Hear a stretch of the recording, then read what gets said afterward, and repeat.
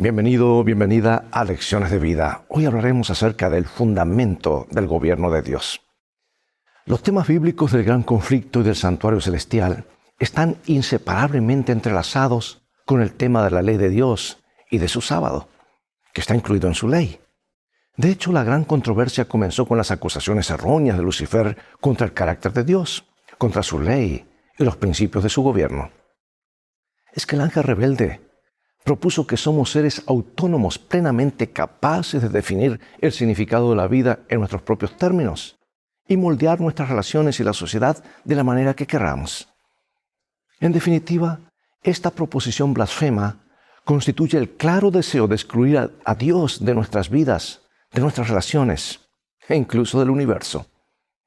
Por esta razón, nuestra insistencia en la validez de la ley de Dios no es una cuestión de legalismo o salvación por las obras, sino que en la medida en que la ley de Dios es la expresión de su carácter, la ley se encuentra en el centro de la gran controversia misma.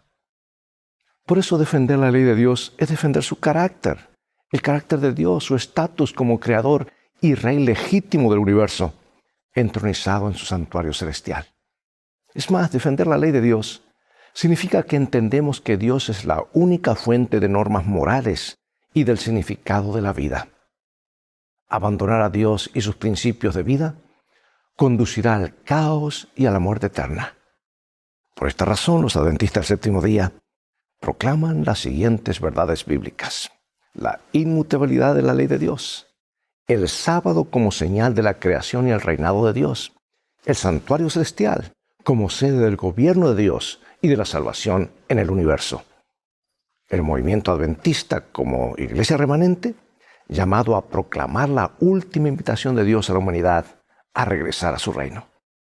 Pero el punto central, la pieza central de la misión de la Iglesia Adventista del Séptimo Día, son los mensajes, o es el mensaje de los tres ángeles de Apocalipsis 14. Porque estos mensajes indican que el gran conflicto es una elección entre dos principios diametralmente opuestos: el del diablo, que conduce a la perdición, y el de Dios, que lleva a la vida. Bueno, ve por tu Biblia. Profundizaremos en esto en un momento más.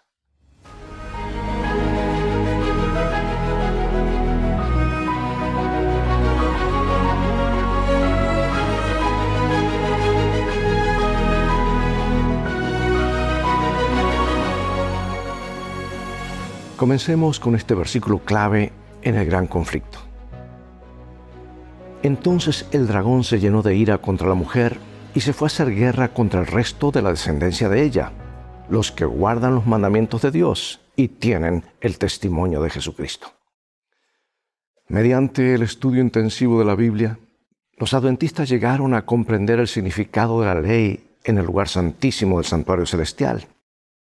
Al analizar la esencia de la ley de Dios, descubrieron también el significado del sábado, el cuarto mandamiento.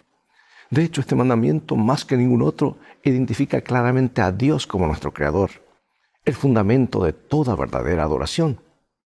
Un tema que será especialmente relevante en los últimos días de la historia de la tierra.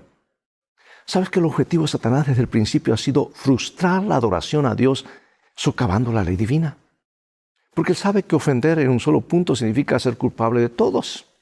Por eso incita a la gente a transgredir la ley de Dios, porque sabe que hay un juicio y estamos al margen de la ley, estamos perdidos.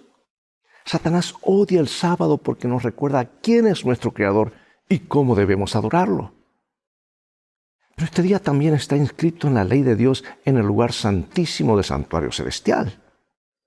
Como la ley es la que define el pecado, en la medida que la gente busque ser fiel a Dios, entonces su ley debe continuar siendo válida, incluyendo el mandamiento del sábado.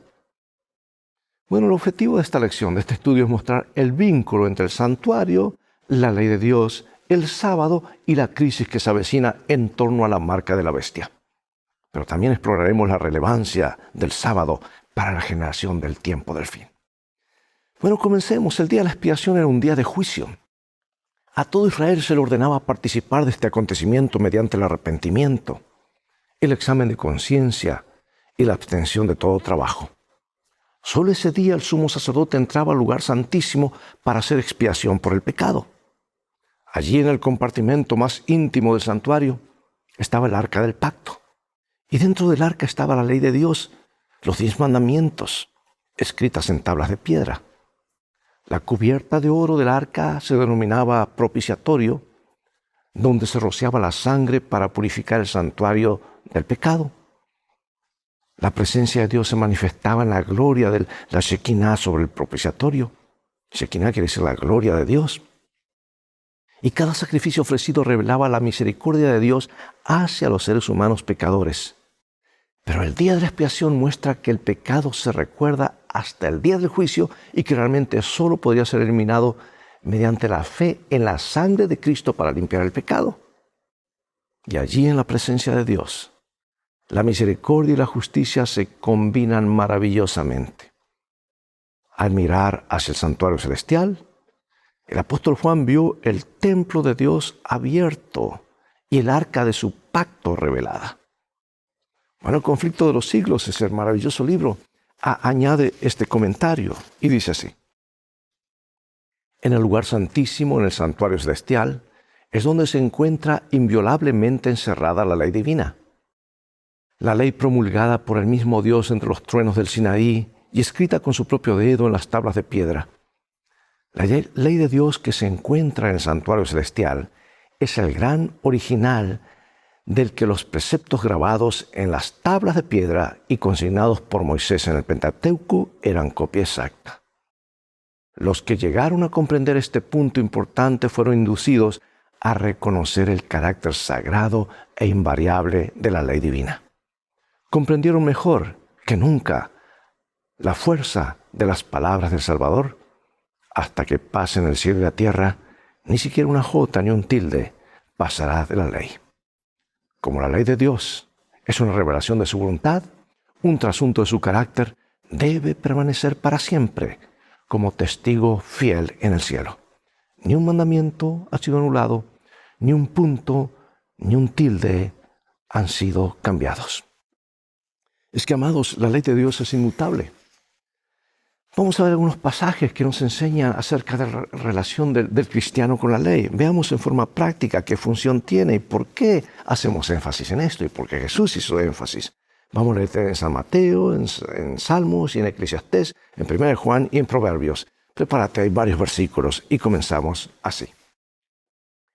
No penséis que he venido para abrogar la ley o los profetas. No he venido para abrogar, sino para cumplir.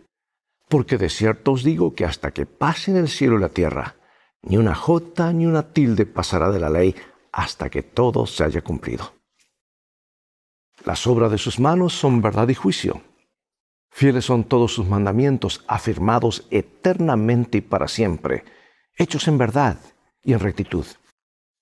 El fin de todo el discurso es este: teme a Dios y guarda sus mandamientos, porque esto es el todo del hombre. Porque Dios traerá toda obra a juicio juntamente con toda cosa encubierta, sea buena o sea mala. Pues este es el amor a Dios, que guardemos sus mandamientos, y sus mandamientos no son gravosos.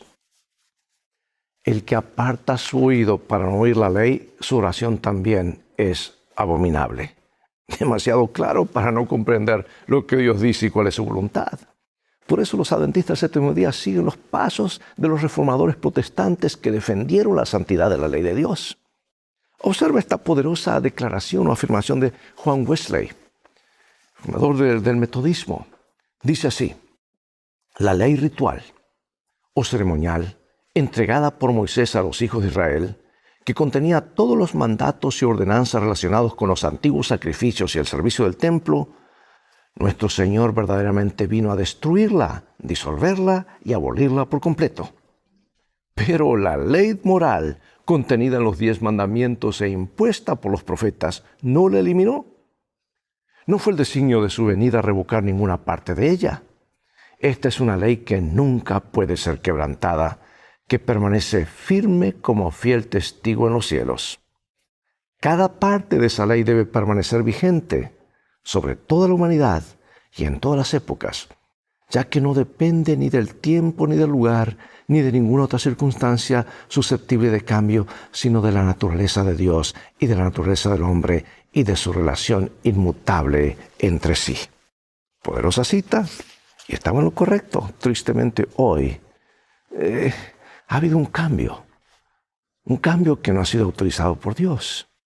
Ahora, amados, puesto que la ley de Dios es un trasunto de su carácter, el fundamento de su trono y la base moral de la humanidad, pues es por eso que Satanás la odia. Mira lo que dice este libro, El conflicto de los siglos, páginas 418 y 419. Nadie podía dejar de ver que si el santuario terrenal era una figura o modelo del celestial, la ley depositada en el arca en la tierra era exacto trasunto de la ley encerrada en el arca del cielo. Y que aceptar la verdad relativa al santuario celestial envolvía el reconocimiento de las exigencias de la ley de Dios y la obligación de guardar el sábado del cuarto mandamiento.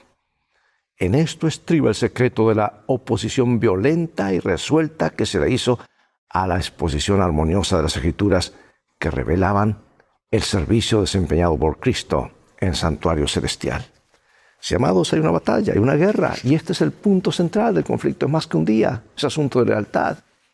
Por eso pregunto, ¿cuáles son las razones que la gente presenta a menudo para alegar que ya no estamos obligados a guardar los 10 mandamientos? ¿Qué crees que hay realmente detrás de ello? ¿Cuál es la relación entre la creación, el sábado y la ley de Dios? Bueno, la creación habla de nuestro valor a la vista de Dios. No estamos solos en el universo. No somos una partícula cósmica, polvo cósmico, ni un accidente genético. En otras palabras, la hipótesis científica común de los orígenes de la vida, que ha sido acogida por los medios de comunicación y la cultura popular, presenta una visión de nuestros orígenes que es en todos los sentidos incompatible con el relato bíblico. Pero la mayoría lo cree. Estamos aquí, amados, porque Jesús nos creó. Y Él es digno de nuestra adoración no solo porque nos creó, sino también porque nos redimió. Y mantiene nuestro corazón latiendo 3 veces somos de Él. La creación, la redención y la sustentación son la esencia de toda verdadera adoración. Por lo tanto, el sábado es vital para entender el plan de salvación. Porque el sábado habla del cuidado del Creador y del amor del Redentor. Bueno, al concluir la semana de la creación, Dios descansó en la belleza y majestuosidad del mundo que había creado. También descansó como ejemplo para nosotros. El sábado es una pausa semanal para alabar a aquel que nos hizo. Y cuando adoramos en sábado, abrimos nuestro corazón para recibir la bendición especial que Él puso en ese día. Reposó, bendijo y santificó. No es cualquier otro día. Porque el sábado nos señala a un Creador que nos amó demasiado como para abandonarnos cuando nos desviamos de su propósito para nosotros. El sábado, amigos, es un símbolo eterno de nuestro descanso en Él. Es una señal especial de lealtad al Creador. Es un símbolo de descanso, no de obras, de gracia, no de legalismo, de seguridad, no de condenación, de dependencia de Dios para la salvación, no de nosotros mismos.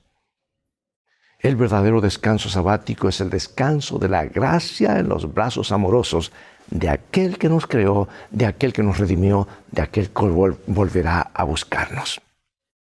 Por eso el mensaje de Apocalipsis 14, el mensaje divino del tiempo del fin para el mundo, llama a la gente a descansar en su amor y cuidado cada sábado.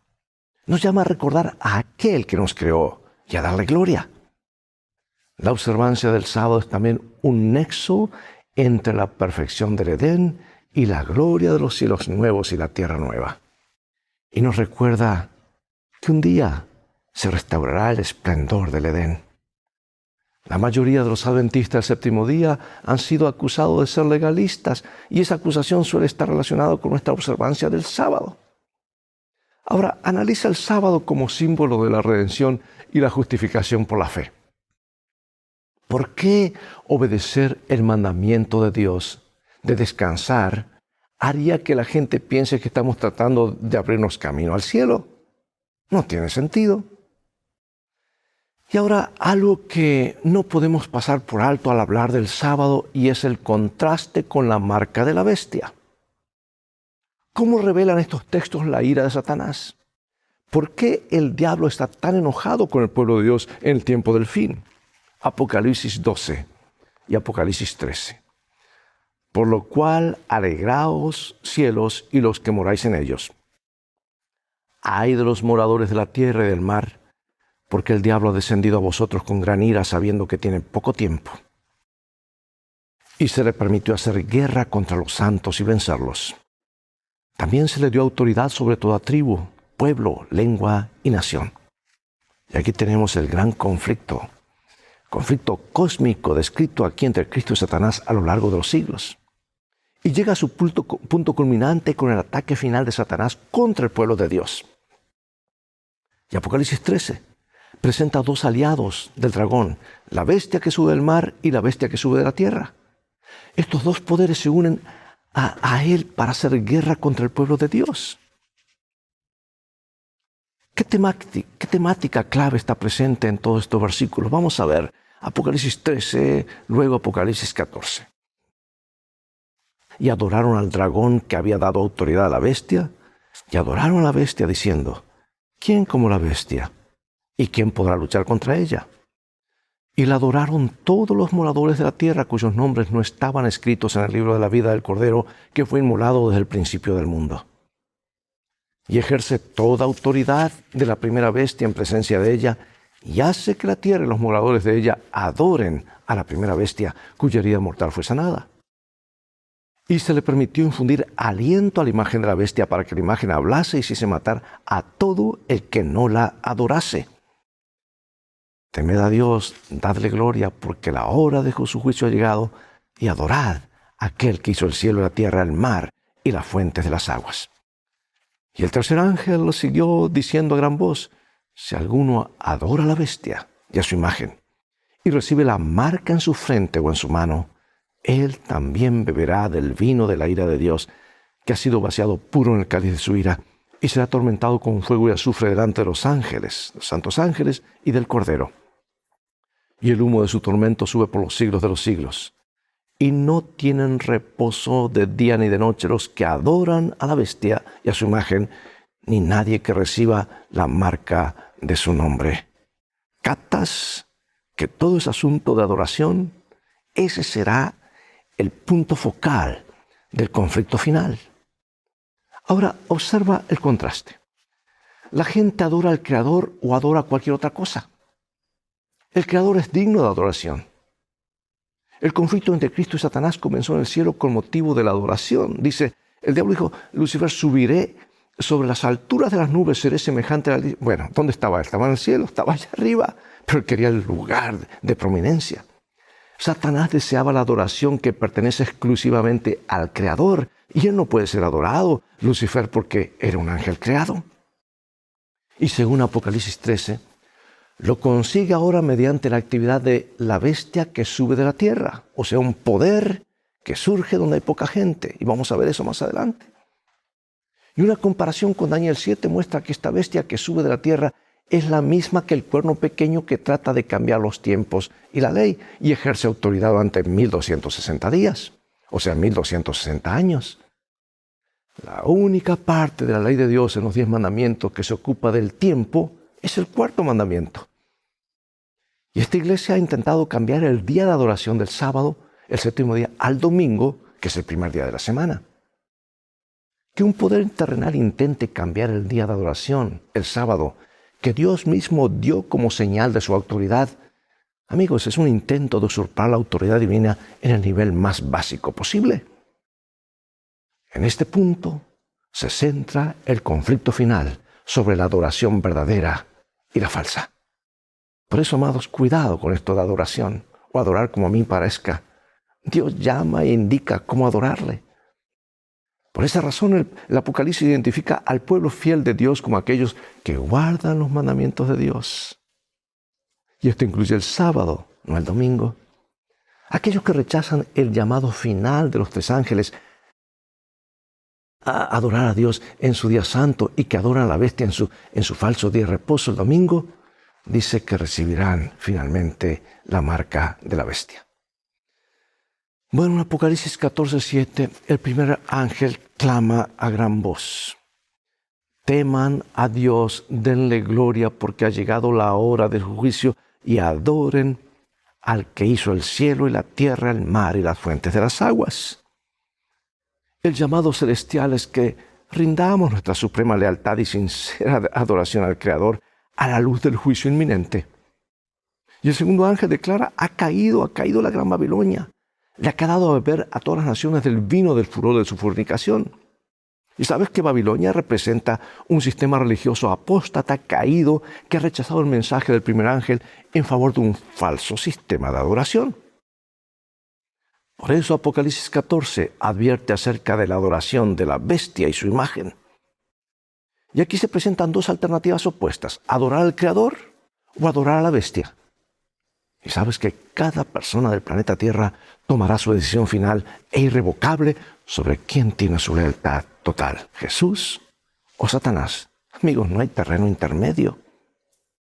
Dios tendrá un pueblo en el tiempo del fin que le será leal frente a la mayor oposición y la más feroz persecución en la historia del mundo. Por eso digo, hoy es el día para reafirmar estas verdades en nuestros corazones. Pronto será una marea, una avalancha, imposible de mantenerse en pie, excepto que estemos parados sobre la roca de los siglos, que es Jesús y su palabra. Mediante el don de la justicia de Cristo, este pueblo llevará una vida llena de gracia y obediencia. La adoración al Creador está en abierta oposición a la adoración a la bestia y se expresa en el cumplimiento de los mandamientos de Dios. Este conflicto final sobre la lealtad a Cristo o la lealtad al poder de la bestia se centra en la adoración.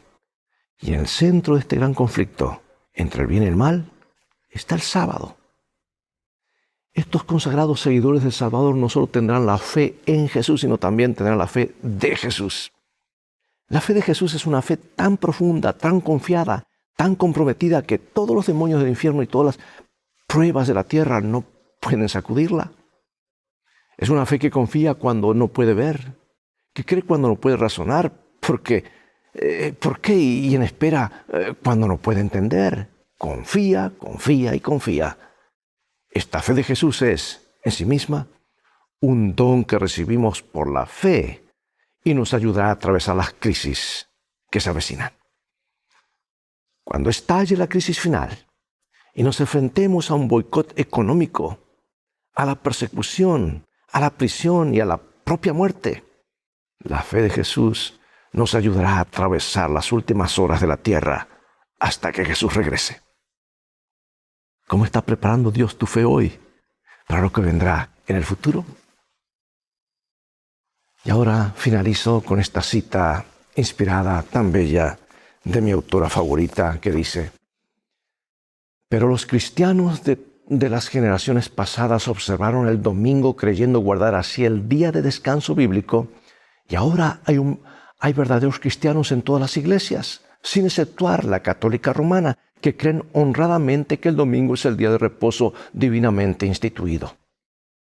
Dios acepta su sinceridad de propósito y su integridad, pero cuando la observancia del domingo sea impuesta por ley y que el mundo sea ilustrado respecto a la obligación del verdadero día de descanso, entonces quien transgreda el mandamiento de Dios para obedecer un precepto que no tiene mayor autoridad que la de Roma, honrará con ello al papado por encima de Dios, rendirá homenaje a Roma y al poder que impone la institución establecida por Roma. Adorará a la bestia y su imagen. Cuando los hombres rechacen entonces la institución de Dios que Dios declaró ser el signo de su autoridad y honren en su lugar lo que Roma escogió como signo de su supremacía, ellos aceptarán de hecho el signo de la sumisión a Roma, la marca de la bestia. Y solo cuando la cuestión haya sido expuesta así a las claras ante los hombres y ellos han sido llamados a escoger entre los mandamientos de Dios y los mandamientos de los hombres, será cuando los que perseveren en la transgresión recibirán la marca de la bestia. Oremos, Padre Celestial. Gracias por hablarnos claramente en tu palabra. Se acerca el conflicto final. Ya estamos sobre el borde de este conflicto. Reafirma estas verdades en nuestros corazones y mentes.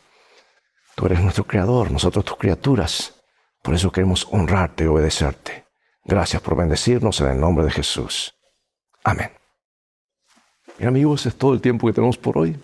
Hay mucho más acerca de este tema, pero lo seguiremos estudiando cada semana. Ha llegado el momento de despedirnos. Será hasta el próximo programa.